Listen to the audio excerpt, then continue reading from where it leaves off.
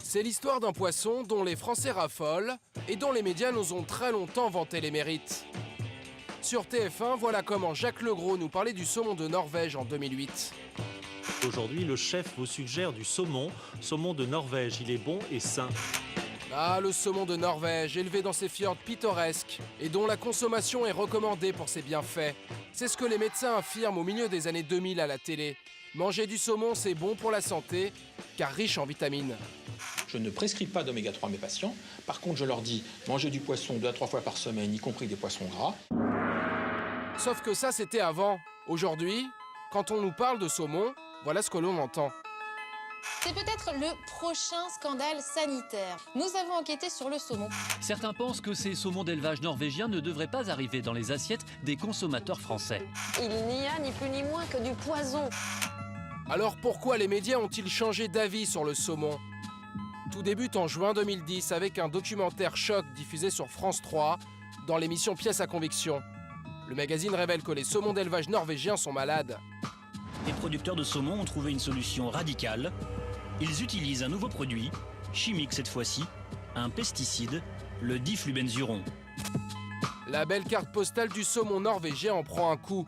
C'est une vitrine environnementale touristique et dès que vous plongez dans l'eau de 20 cm, vous apercevez que là, pour le coup, la vitrine, l'arrière-boutique est vraiment sale, quoi. Les révélations de France 3 sont amplifiées un an plus tard avec la publication d'un rapport accablant réalisé par Green Warrior, une ONG norvégienne. L'étude affirme que la consommation de saumon d'élevage serait dangereuse pour la santé. En France, Rue 89 est l'un des premiers médias à relayer l'info dès le mois de décembre 2011. C'est Sophie Caillat, journaliste spécialiste de l'écologie, qui lance le pavé dans la mare. Ça a jeté un froid quand même vraiment assez sévère. Et les autorités norvégiennes, qui sont très proches de l'industrie du saumon, ont commencé à s'inquiéter. Oui, c'est vrai qu'on n'y est pas allé avec le dos de la cuillère quand on a titré que le saumon de Norvège pouvait être mauvais pour la santé.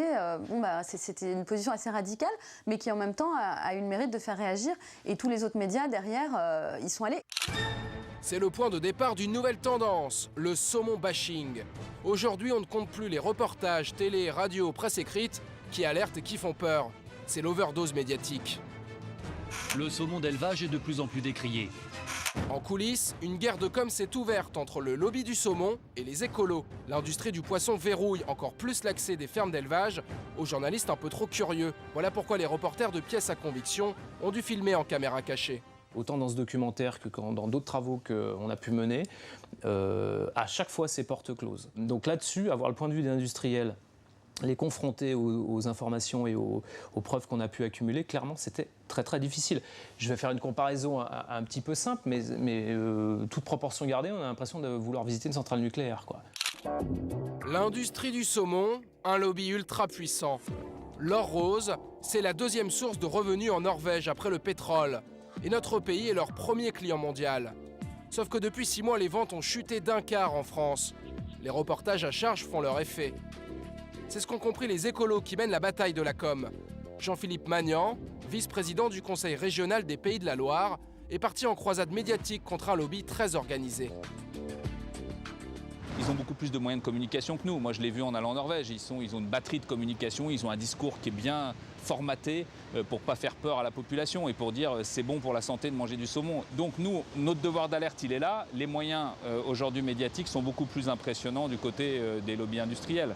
Et voilà, et il faut faire avec ça.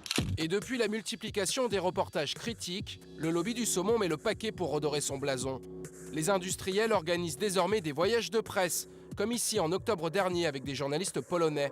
Anne-Laure Barral, reporter pour France Info, revient de Norvège. Elle est partie sur place à l'invitation des écologistes, mais n'a eu aucun mal à rencontrer les professionnels du secteur. Je pense qu'ils savent que la politique de la chaise vide en communication, c'est pas bon.